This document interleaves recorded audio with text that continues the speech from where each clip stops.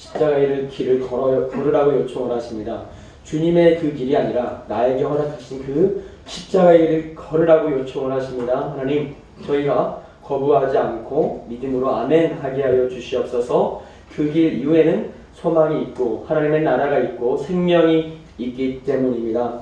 감사드립니다. 이렇게 고백할 수 있으니 감사드리고 영광 홀로 받으시옵소서. 하나님 아버지만 영광 받으시옵소서. 감사드리며 우리 주 예수 그리스도의 이름으로 기도드립니다. 아멘. 할렐루야. 아멘.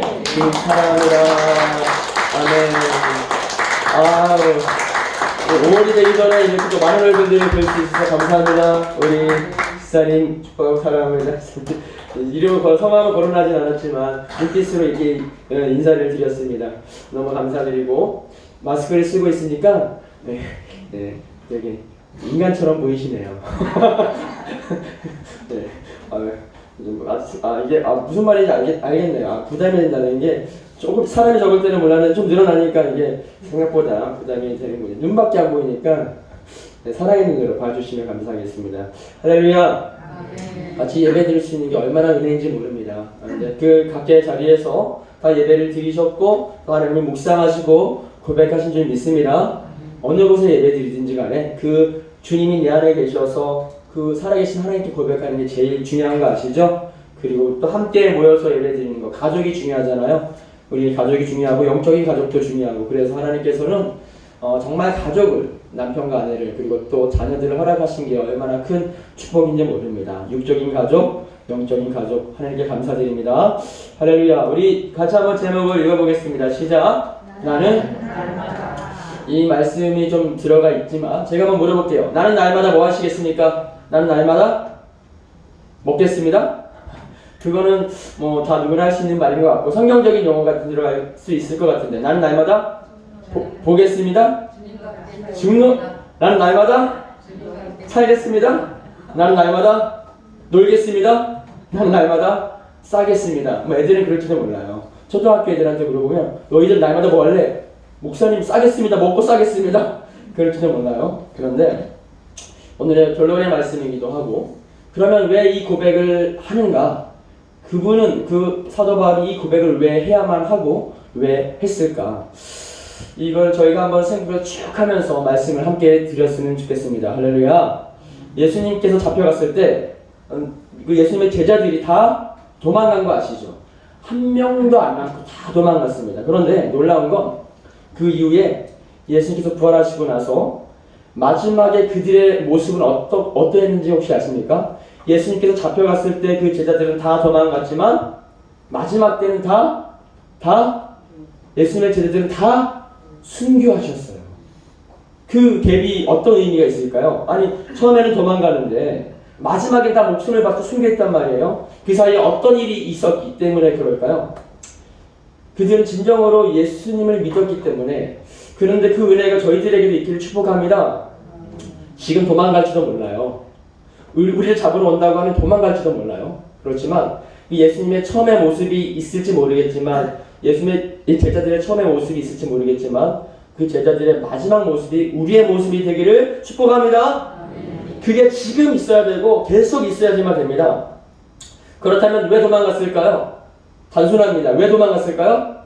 무서우니까, 두려우니까예요. 그러면 왜 도망가지 않고 마지막에 순교를 했을까요? 그 순교가 영광이라는 걸 아닐까? 순교 이후에 영원한 생명과 구원이, 부활이 보장된 것을 믿기 때문에 그렇습니다. 할렐루야. 성경에는 두려워하지 말라라는 말씀이 뭐 제가 세본 건 아닌데 어느 분의 말 따라 365번 있다고 얘기를 하더라고요. 왜 그런지 아시죠? 매일매일 두려우니까, 365일 두려우니까 성경 말씀에 두려워하지 말라라고 이렇게 365번 나온 게 아니냐.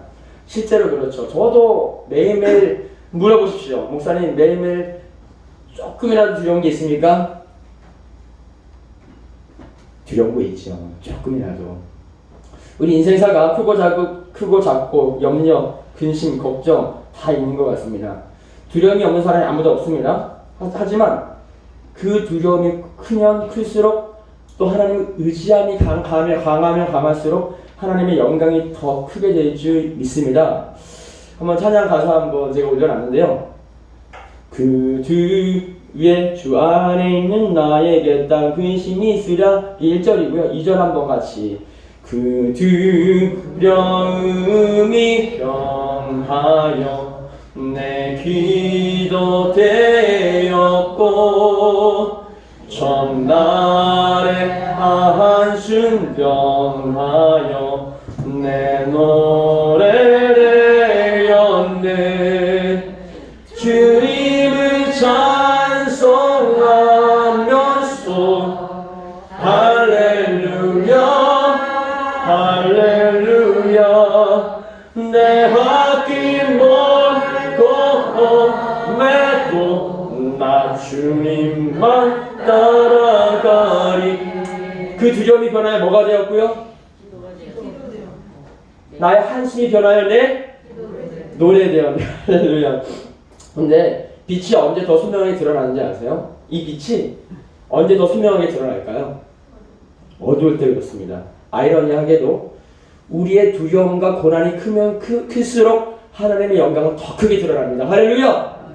어두우면 어두울수록 빛은 더 선명하게 드러납니다. 그 사건이 어떤 사건이었냐면 예수님께서 나사로를 살린 사건 기억나시죠? 요한복음 11장에 예수님의 그 사랑하는 그 요정이라고도 할 수 있고 마르다 마리아가 예수님께 사랑을 그랬잖아요. 예수님 우리 오라버니가 죽게 생겼습니다. 그러니까 예수님께서 오히려 이틀을 더 머무시고 가지 않으셨어요. 이틀을 더 머무시고 이렇게 말씀하십니다. 이 병은 죽을 병이 아니다. 하나님께 영광을 돌릴 병이다 라고 말씀하시면서 이틀을 더 유하시고 유대 땅으로 내려가게 됩니다. 그리고 예수님께서 이렇게 말씀하시는 거예요. 내가 거기에 있지 아니한 것이 너희를 위하여 더 기쁨이 된다. 그들이 예수님을 요청한 것은 딱 하나입니다. 우리 오라버니 나사로가 죽게 생겼으니 와서 제발 살려주십시오. 그 이유 하나예요. 근데 예수님께서는 내가 오히려 예수님께서 일부러 가지 않으시고 그곳에 있지 아니한 것이 오히려 하나님께 영광일 뿐만 아니라 너희에게도 큰 기쁨이다 라고 말씀하고 계세요. 슬픔이 크면 클수록 더 기쁨이다 라고 말씀하고 계시는 거예요. 두려움이 크면 클수록, 어둠이 크면 클수록, 고난이 크면 클수록, 아픔이 크면 클수록 더 큰 기쁨이고 영광이다 라고 말씀하고 계시는 거예요. 예수님께서 그곳에 돌아가셨을 때는 나사로가 무덤에 묻힌 지 며칠째 되었죠? 며칠째? 나흘째 되었잖아요. 나흘째. 예수님께서 마르다하고 이런 얘기를 하시잖아요. 마르다가 이르되 마지막 날에 우리 오라버니가 사람이 살아날 줄 믿습니다. 그렇지만 25절 26절 같이 함께 읽겠습니다. 시작. 예수께서 이르시되 나는 부활이요 생명이니 나를 믿는 자는 죽어도 살겠고 만일 죄송합니다. 24절 25절 24절 제가 준비를 안 했군요. 워낙 유명한 말씀이니까 제 26절을 준비를 안 했나요? 예수께서 이르시되 나는 부활이요 생명이니 나를 믿는 자는 죽어도 살겠고 무릇 살아서 나를 믿는 자는 영원히 죽지 아니하리니 이것을 내가 믿느냐라고 물어봤을 때 그 마르다가 그러하외다 주는 그리스도시요 세상에 오시는 하나님의 아들인 줄 내가 믿나이다. 마르다가 모르고 고백한 것 같아요. 그렇지만 믿음으로 고백한 거죠. 예수님께서 무덤에 가시니까 그 냄새가 진동한다는 거죠. 무덤에 이제 돌로 닫혀 있을 때 예수님께서 그 돌을 치우라고 말씀하셨고 마르다는 열면 안 된다고 말했죠. 왜냐하면 사흘째 돼가지고 냄새가 진동합니다. 주님 문 열어도 의미가 없습니다. 마르다는 아직도 믿음이 없던 거죠. 그렇지만 그 모습이 곧 우리의 모습이지 않습니까? 예수님께서 그 나사로를 살릴 거라고 누가 믿었겠습니까? 누가 의심하지 않았겠습니까? 당연히 그런 생각은 하지도 않았겠죠. 냄새가 났지만 예수님께서는 그 하나님의 영광을 위해서 돌을 치우라고 말씀하시고 하늘을 우러러보시면서 이르시되 아버지여 내 말을 들으신 것을 감사합니다 하고 큰 소리로 이렇게 외치시죠. 뭐라고 외치시죠? 나사로야 나오라! 나사로가 이렇게 수족을 배로 동인 채로 또 얼굴을 수건에 동인 채로 나오게 되잖아요. 할렐루야. 부활의 주님을 찬양합니다. 생명의 주님을 찬양합니다. 할렐루야. 이 말씀을 통해서 우리가 보고자 하는 것은 무엇이냐면요. 어둠이 있으면 있을수록 빛은 강하게 비치게 되어 있습니다. 할렐루야. 고난이 있으면 있을수록, 환난이 있으면 있을수록, 두려움은 있으면 있을수록 주님을 붙잡게 될 때 그 역사는 더 크고 놀랍게 되어 있을 수 있습니다. 나에게 고난이 올 수 있고 어려움이 올 수 있지만 우리가 그것을 피하거나 도망하거나 축소시키지 않기를 주님의 이름으로 축원합니다. 당황스러울 수 있고 어려울 수도 있지만 내게 오는 것은 그냥 오케이, 예스 하고 받기를 원합니다. 근데 이게 쉽지가 않아요. 너무너무 쉽지가 않습니다. 왜냐하면 그게 우리가 감당할 수 없는 거라고 생각하게 되고 정말 그 이후에는 낭만이 있을 것 같고 죽음이 있을 것 같고 희망이 보이지 않고 어둠만 계속 있을 것 같으니까 우리가 그것을 붙잡기가 어렵지만 그 어둠 속에서 주님을 붙잡기를 주님의 이름으로 축원합니다. 이제 본론입니다. 부활은 우리에게 어떤 소망을 줄까요? 부활은 우리에게 생명을 줍니다. 할렐루야. 죽음을 이기고 사망을 이기고 사탄을 이기는. 그런데 중요한 질문은 바로 이거예요. 이것을 체험하기 위해서 우리가 해야 될 게 무엇일까요? 이미 알고 있는데 우리가 부활을 체험하기 위해서, 부활을 가지기 위해서 우리가 해야 될 게 무엇일까요? 한번 따라하겠습니다. 둘째 아담 안에 있는 것입니다. 똑같은 내용이지만 다른 질문으로 말씀드릴게요. 부활의 능력은 어디에서부터 올까요? 부활의 능력은 어디에서부터 올까요? 한번 따라할게요. 내가 예수님을 믿음으로 십자가와 함께 못 박혔다는 사실에서 옵니다. 그 사실에서 부활의 역사가 시작이 됩니다. 할렐루야. 그냥 부활이 오는 게 아닙니다. 죄송하지만 예수님께서 십자가 지시고 우리에게 부활을 선물로 주셨다고 해서 딸랑 부활의 기쁨을 누리지 않습니다. 성경은 그렇게 말씀하고 있지 않습니다. 예수님께서 나 대신 십자가를 지시고 부활을 하셨기 때문에 우리는 부활만 누린다 라고 성경에서 말하고 있지 않습니다. 절대 그렇게 말하고 있지 않고 예수님을 믿으십시오. 그러면 부활을 경험하게 될 것입니다. 그런데 예수님을 믿는다는 것은 예수님과 함께 죽고 예수님과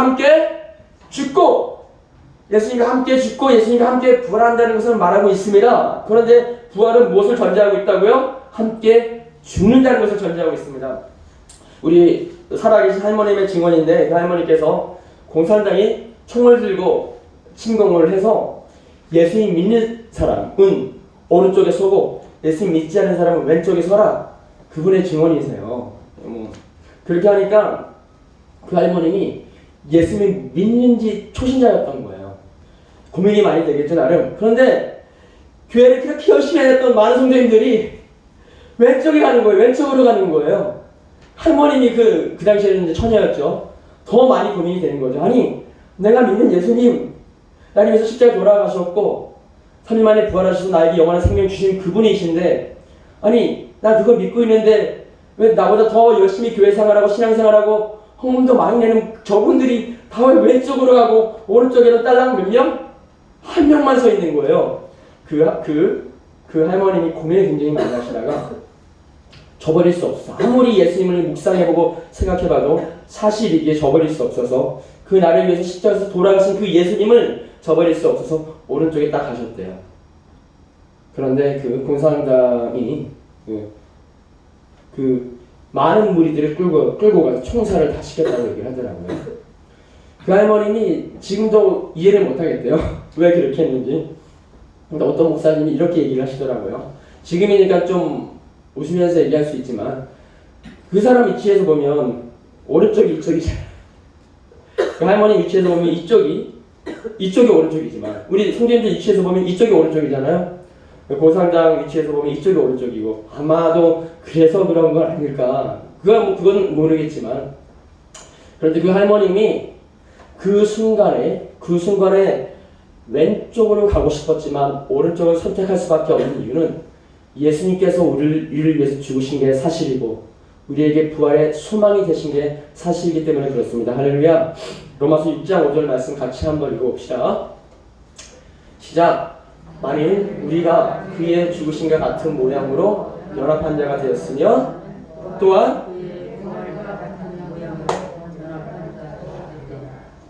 뒤에 노란색 글씨만 한번 읽어주세요. 시작.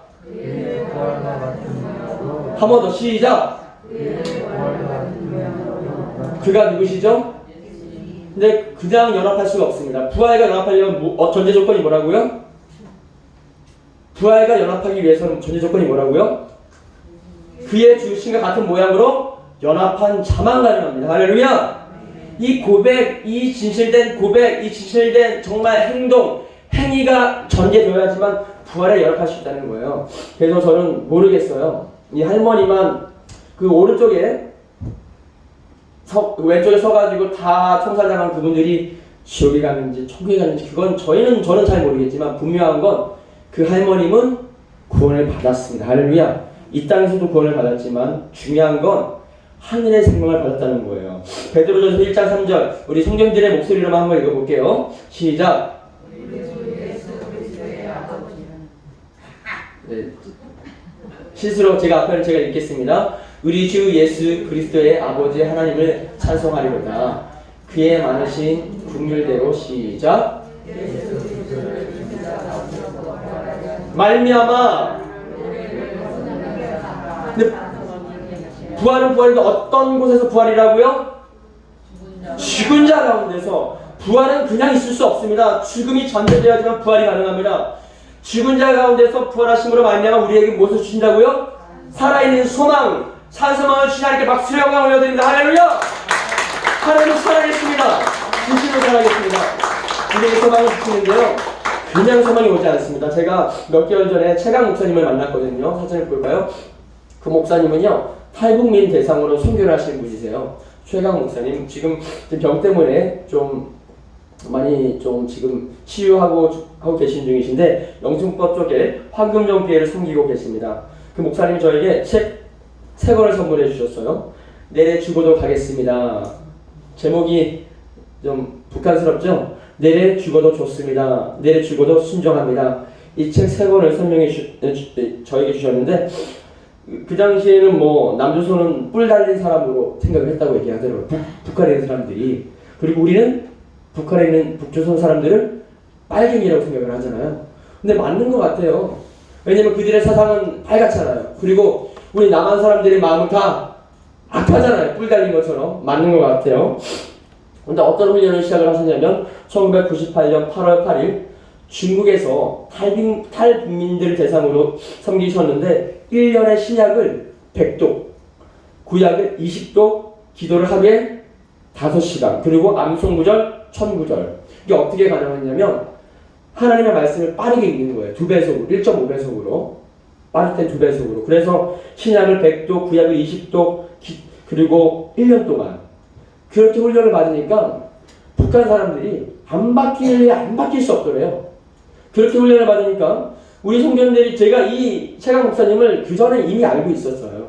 이미 알고 있고 제가 너무 큰 감동을 받았거든요. 와, 이렇게 말씀을 읽으면 안 바뀔 수가 없겠구나. 그리고 제가 몇 개월 전에 만났는데 말씀을 통해서 그 북한 사람들이 수령님을 위해서 바쳤던 생명, 예수님을 위해 바치겠다는 생명으로 바뀌게 되고 북조선의 예수피를 뿌리시다, 북조선의 예수를 증거합시다 라는 그런 사명으로 바뀌게 되었는데 2001년 6월 11일 오후에 중국에서 추방하게 됩니다. 그리고 17명이 순교하게 됩니다. 영상을 좀 준비해 주시고요. 제가 그 뒷배경을 잠깐 읽어드리겠습니다. 사망이 묻지만 골짜기. 조선족 밀고자에 의해 지하 미션 홈들의 위치를 정확히 파악한 중국 공안들은 미션 홈을 하나씩 차례대로 급습하여 북한 형제들을 체포하기 시작했다. 하나님 기적을 일으켜주세요. 우리 북한 가면 다 죽어요. 하나님 우리를 살려주세요. 목청껏 기도하다가 찬송을 불렀고 또 기도했다. 고무건봉으로 때리고 군합발로 밟아도 더욱더 커지는 기도소리와 찬송소리에 공안들은 당황했다. 서안에서 도문병방 구류소로 이송되는 내내 북한 형제들은 이렇게 애타게 기대했던 기적은 일어나지 않았다. 호송은 치밀했고 조그마한 실수도 없었다. 단 한 명도 탈출하지 못했다. 도문병방 구류소는 탈북자들을 북한으로 강제 북송을 전문 담당하는 감옥이었다. 이제 나는 죽었다. 성경 통독반에서 잡혔으니 정치범 수용소로 가게 될 거야. 아이고 어떻게 해? 누가 나 좀 살려줘. 조금이라도 성경을 배운 형제들은 하나님을 의지하고 부르짖었다. 하나님 우리를 살려주세요. 하나님이 우리를 살려줘요. 그들이 갇힌 감방의 벽 안에는 일기생, 통독 일기생 김칼빈, 박요한 선생이 잡혀나가면서 쓴 글귀가 있었다. 어떻게 적혀 있었냐면요. 사도행전 16장의 말씀. 주 예수를 믿으라. 그리하면 너와 내 집이 구원을 얻으리라. 김칼빈, 박요한. 이렇게 한번 고백할까요? 주 예수를 믿으라. 그리하면 너와 내 집이 구원을 얻으리라. 구원의 또 다른 말이 뭐라고 말씀드렸죠? 영생이잖아요. 부활이잖아요. 구원은요, 부활이에요. 부활을 그들은 믿었던 거죠. 조목화 종용철 선생은 이 글을 보면서 다시 용기를 얻고 하나님께 모든 것을 맡겼다. 하나님 감사합니다. 이제 모든 것을 하나님께 맡깁니다. 앞으로 상황이 어떻게 되든 모든 것을 하나님께 맡기겠습니다. 우리 죄송한데 사진 뒤에 하나만 더 보고 영상 하고 소감을 가졌던 거죠. 우리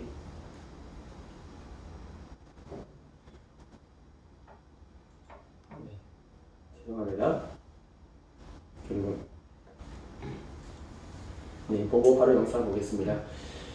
이분의 이제 이야기를 저희가 잠깐 보려고 합니다. 지금 굉장히 여리여리해 보이시잖아요. 그러니까 왼쪽에 계신 분이 최강 목사님이십니다. 오른쪽에 있는 분이 김누가, 이거 원래 이름은 따로 있겠죠. 김누가 선생이라고 이렇게 지금 말하고 있는데 굉장히 여리여리한 이 청년의 이야기를 우리가 이 영상을 통해서 잠깐 확인하도록 할 건데, 이 누가 선생이 이 이후로 잡혀가게 된 거죠. 잡혀가게 되면서 하나님을 얼마나 의지하고 바라봤는지, 그것은 부활의 주님을 진짜로 믿었기 때문에 이런 고백을 할 수 있게 되었습니다. 보겠습니다. 그 다음에 연길에서 내려온 우리 120명 경찰팀, 이 4개 팀 합동작전에 체포돼가지고 저는 이제 한국으로 수감되어졌고 이제 50여 명의 우리 형제들 선생들은 복송돼가지고 이제 그들 중에서 17명이 수비를 했고요. 지금까지 행방불명의 사람들이 많이 있고 또 들어갔다가 또 하나님의 은혜로 또 재석방돼가지고 다시 중국으로 와서 몽골을 통해서 동남아를 통해서 한국으로 들어온 그런 사람들도 많이 있습니다. 처음 누가 선생을 만났을 때 21살로 제일 어렸고 키도 제일 작았습니다. 처음에 그는 참 철부지였습니다. 어린 누가 선생은 이름 바꾸는 일이 얼마나 진지한 일인지 잘 몰라 장난처럼 대했지만 우린 그때부터 그를 누가라고 불러주었습니다. 그는 철부지였지만 성경 통독과 기도로 성령을 받으며 누가 선생의 설교는 인상이 깊었습니다. 다른 북한 선생들처럼 구호를 부르고 주먹을 흔들지도 않았고 그저 담담하게 설교했지만 전하는 말씀에 깊이가 있었고 사람의 마음을 흔드는 힘이 있었습니다. 그러던 어느 날 누가 선생은 공안에 붙잡혀 북송되었습니다. 한 보이부 지도원이 누가 선생을 신문했습니다. 몽둥이로 때리고 고문을 하다가 하도 어리고 착하게 생긴 청년이라 적당히 마무리하고 조사에 들어갔습니다. 누가 선생은 어린 시절 부모를 잃고 꽃제비가 되어 전전하다가 중국으로 건너가 성경 모임을 알게 되고 예수님을 믿게 된 이야기를 담담하게 이어갔습니다. 어린 청년의 거짓없는 진실한 고백을 들으면서 굶어 죽은 아이들 생각이 났습니다. 죄수들 앞에서 돌처럼 굳어있던 보이부 지도원의 마음이 흔들리기 시작했고 누가 선생은 이것을 보며 용기를 내어서 복음을 전했습니다.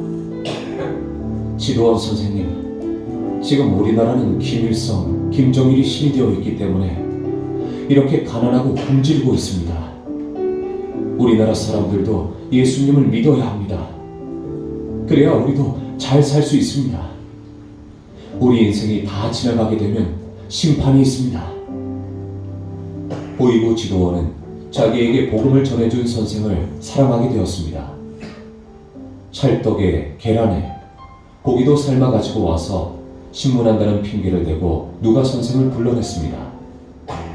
그런데 누가 선생은 받지 않았습니다. 선생님, 정말 고맙습니다. 이건 제가 받아서 먹은 걸로 하겠습니다. 지금 감방 안에 나랑 같이 잡혀온 사람들이 많은데 그 사람들도 다 배고파합니다. 그리고 죽어가는 사람들도 많은데 그들에게 전해주시면 안 되겠습니까? 그 말에 보이부 지도원은 엄청난 충격을 받았습니다. 그가 여태껏 본 사람들은 서로 자기가 많이 먹겠다고 아우성치고 싸우는 사람들 뿐이었기 때문입니다. 김누가 선생이 재판을 받는 날이 왔습니다. 보이부 지도원은 어떻게 해서든 누가 선생을 살리고 싶었기에 신신당부했습니다. 너 절대로 재판정에 나가면 예수 믿었다는 말을 하면 안 된다. 그러면 너는 일반 감옥으로 가게 될 거야. 가서 1년만 고생해라. 내가 사람을 보내서 먹을 것을 들여 보내주고 굶어 죽지 않게 할게. 그리고 나오라. 그러나 누가 선생은 태연하게 말했습니다. 나는 죽어도 괜찮습니다. 그렇게 젊은 나이에 죽는 것이 아쉽지도 않아? 누가 선생은 오히려 웃으면서 말했습니다. 나는 천국에 와서 하나님을 만나니까 너무 좋습니다. 보이부 선생님은 아무리 힘들어도 괴로워도 믿음을 잃지 마십시오. 이 세상은 보이는 것이 다가 아닙니다. 꼭 예수님을 믿으십시오. 우리 천국에서 다시 만납시다. 내가 남은 생에 복음을 전하지 못하는 것을 선생님이 대신 전해주십시오. 그래서 많은 사람들이 구원을 얻을 수 있게 해주십시오. 결국 누가 선생은 청진에 있는 수성교화소에 끌려가 즉시 처형되었습니다. 보이부 지도원은 누가 선생이 처형되었다는 사실을 보고받고 울었다고 합니다. 그 후 한 지하 교인을 감옥에서 구출해 주었고 그 교인이 중국으로 탈북해서 한국으로 왔습니다. 누가 선생의 죽음은 그 교인에게서 들은 이야기입니다. 마지막 사역장을 떠나면서 저에게 남겼던 편지처럼 그는 죽음으로 약속을 지켰습니다. 거룩한 하나님의 참된 사자이신 선생님께 앞이 보입니다.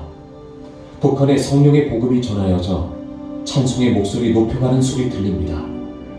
믿어주십시오.